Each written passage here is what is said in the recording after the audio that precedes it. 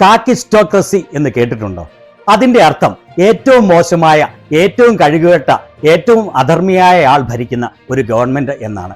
India ഒരു കാക്കിസ്റ്റോക്രസി ആയി മാറിയിരിക്കുകയാണ് എന്നത് സംശയമില്ലാത്ത കാര്യമാണ്.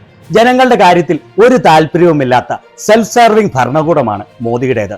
മൂന്നാം ടൈമിൽ മൂന്നിരട്ടി പണിയും എന്നാണ് മോദി പറഞ്ഞത്. ഇപ്പോൾ അതുതന്നെ സംഭവിച്ചിരിക്കുകയാണ്.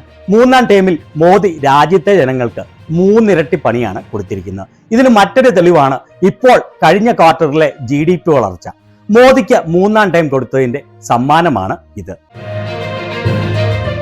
ഇന്ത്യയുടെ രണ്ടാം ക്വാർട്ടറിലെ GDP വളർച്ച കഴിഞ്ഞ 21 മാസത്തിലെ ഏറ്റവും കുറഞ്ഞ നമ്പരായ 5.4% കുത്തനെ ഇടിഞ്ഞിരിക്കുകയാണ്. ഗ്രോസ് വാല്യൂ ആഡഡ് GVAയുടെ വളർച്ച 5.6% കൂപ്പുകുത്തിയിരിക്കുകയാണ്. 6.5% ഉണ്ടാവുമെന്ന് കണക്കാക്കിയ സ്ഥാനത്താണ് ഇത്.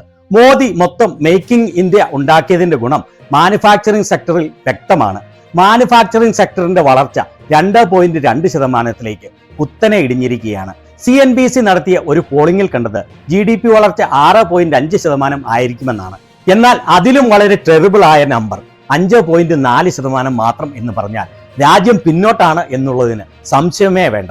GDP വളർച്ച ഇൻഫ്ലേഷനേക്കാൾ താഴെയാണെങ്കിൽ ആക്ച്വലായി സംഭവിക്കുന്നത് വളർച്ചയല്ല, മറിച്ച് വിളർച്ചയാണ്. റിസർവ് ബാങ്ക് ലക്ഷ്യം വെച്ചിരുന്നത് 7% വളർച്ചയായിരുന്നു. ഒക്ടോബർ 6, അതായത് ഏതാണ്ട് 1.5 മാസം മുൻപ് നടന്ന അവസാനത്തെ മോണിറ്ററി പോളിസി മീറ്റിംഗിൽ വരെ റിസർവ് ബാങ്ക് പറഞ്ഞത് 7% വളർച്ച ഉണ്ടാവും എന്നായിരുന്നു.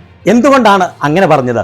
റിസർവ് ബാങ്കും മോഡിഫൈഡ് ആയി എന്നുള്ള കാരണം തന്നെയാണ്. ഒക്ടോബറിലും നവംബറിലുമായി നടന്ന ഇലക്ഷനിൽ മോദിക്ക് ഗുണമുണ്ടാകുന്നതിന് വേണ്ടി സത്യം അവർ മറച്ചുവെച്ചു. അതിനുശേഷം ഒക്ടോബറിലെ ബുള്ളറ്റിൻ ഇറക്കിയപ്പോൾ അത് 6.8% റിസർവ് ബാങ്ക് താഴ്ത്തി. വെറും 0.2% കുറവേ ഉണ്ടാവുകയുള്ളൂ എന്ന് പറഞ്ഞു. അതായത് ഒരു മാസം മുൻപ് 6.8% വളർച്ചയുണ്ടാകും എന്ന് റിസർവ് ബാങ്ക് ജനങ്ങളെ പറഞ്ഞു പറ്റിച്ചു.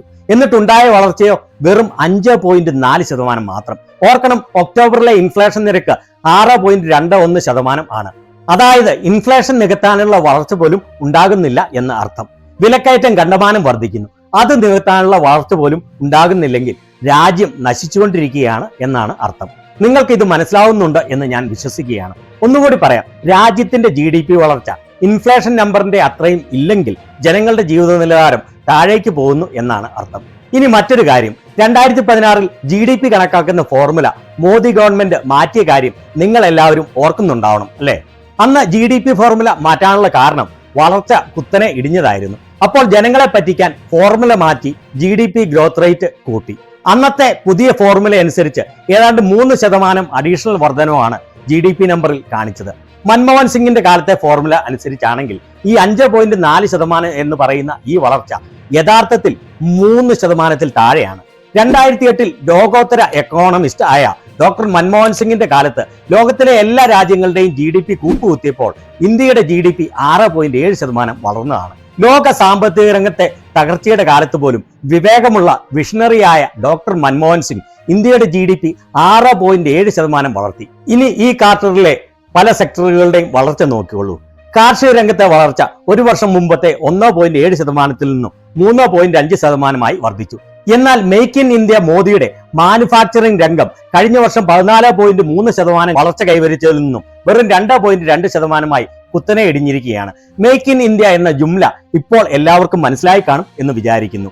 മൈനിങ് രംഗത്തെ വളർച്ച കഴിഞ്ഞ വർഷം 11.1% ഉണ്ടായിരുന്നത് 0.01% നെഗറ്റീവിലേക്ക് എത്തിയിരിക്കുകയാണ്. ഇലക്ട്രിസിറ്റി, ഗ്യാസ്, വാട്ടർ സപ്ലൈ, മറ്റ് യൂട്ടിലിറ്റി സർവീസുകൾ കഴിഞ്ഞ വർഷം 10.5% വളർന്ന് ഈ ക്വാർട്ടറിൽ 3.3%-ലേക്ക് കൂപ്പുകുത്തി. കൺസ്ട്രക്ഷൻ 13.6% കഴിഞ്ഞ വർഷം വളർന്നെങ്കിലും ഇപ്പോഴത് 7.7%-ലേക്ക് താഴ്ന്നിരിക്കുകയാണ്. കേന്ദ്രത്തിന്റെ ഫിസ്ക്കൽ ഡെഫിസിറ്റ്, അതായത് ധനക്കമ്മി, ഈ വർഷത്തെ ബഡ്ജറ്റിന്റെ 46.5%-ആയി വർദ്ധിച്ചിരിക്കുകയാണ്. അതായത് ഗവൺമെന്റിന്റെ വരുമാനവും ചിലവും തമ്മിലുള്ള വ്യത്യാസം. വരുമാനത്തെക്കാൾ 7,50,824 കോടി രൂപയാണ് ഇപ്പോഴത്തെ ധനക്കമ്മി. നിങ്ങൾ എല്ലാവരും പലപ്പോഴും ചിന്തിച്ചിട്ടുണ്ടാവാം, മോദിയും കൂട്ടരും പറയുന്നത് രാജ്യത്ത് വലിയ വളർച്ചയാണ് എന്നാണെങ്കിലും എന്തുകൊണ്ടാണ് തൊഴിലില്ലായ്മ അതിരൂക്ഷമാകുന്നത്, എന്തുകൊണ്ടാണ് വിലക്കയറ്റം അതിരൂക്ഷമാകുന്നത് എന്നൊക്കെ. അതിന് കാരണം ഇതാണ്: രാജ്യത്തെ സാമ്പത്തിക വളർച്ച മുരടിച്ചിരിക്കുന്നു. രാജ്യം ഓരോ ദിവസവും എല്ലാ മേഖലകളിലും താഴേക്ക് പതിച്ചുകൊണ്ടിരിക്കുകയാണ്. ഇതിന് ഭക്തന്മാർ പറയുന്ന ന്യായീകരണം ചൈനയുടെ GDP-യേക്കാൾ ഇന്ത്യയുടെ GDP വളർന്നു എന്നായിരിക്കാം. കാരണം ചൈനയുടെ GDP വളർച്ച ഈ ക്വാർട്ടറിൽ 4.6%.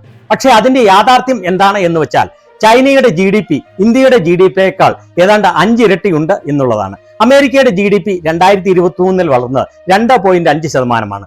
അപ്പോൾ ഇന്ത്യയുടേത് 5.4% വളർന്നത് വലിയ വളർച്ചയാണ് എന്ന് ഭക്തന്മാർ പറയുമായിരിക്കും. എന്നാൽ US-ന്റെ GDP ഏതാണ്ട് 28 ട്രില്യന് മുകളിലാണ്. അവിടെ 2% വളർന്നാലും അത് മികച്ച വളർച്ചയാണ്. ജനങ്ങളുടെ സാമ്പത്തിക നില നിലനിർത്തി പോകുന്നതിന് അവർക്ക് 2% വർദ്ധിച്ചാൽ മാത്രം മതി. അതേപോലെ തന്നെയാണ് 18 ട്രില്യന് മുകളിലുള്ള ചൈനയുടെ GDP-യുടെ കാര്യവും. അവർക്ക് 5%-ൽ താഴെ വളർന്നാലും അത് മികച്ച വളർച്ച തന്നെയാണ്. ഇന്ത്യ പോലുള്ള ദരിദ്ര നാരായണന്മാരുടെ രാജ്യത്തിന് ഇത്തരത്തിലുള്ള വളരെ കുറഞ്ഞ വളർച്ച ഒരു തരത്തിലും മതിയാവില്ല. ഇതിന്റെ ഫലം രാജ്യം പട്ടിണിയിൽ നിന്നും പട്ടിണിയിലേക്ക് പോകും എന്നുള്ളതാണ്. മോദിയുടെ കഴിഞ്ഞ 10 വർഷത്തെ ഭരണത്തിൽ ആകെ വളർന്നത് രാജ്യത്തെ ജനങ്ങളുടെ ഉള്ളിൽ വെറുപ്പും വിദ്വേഷവും മാത്രമാണ്.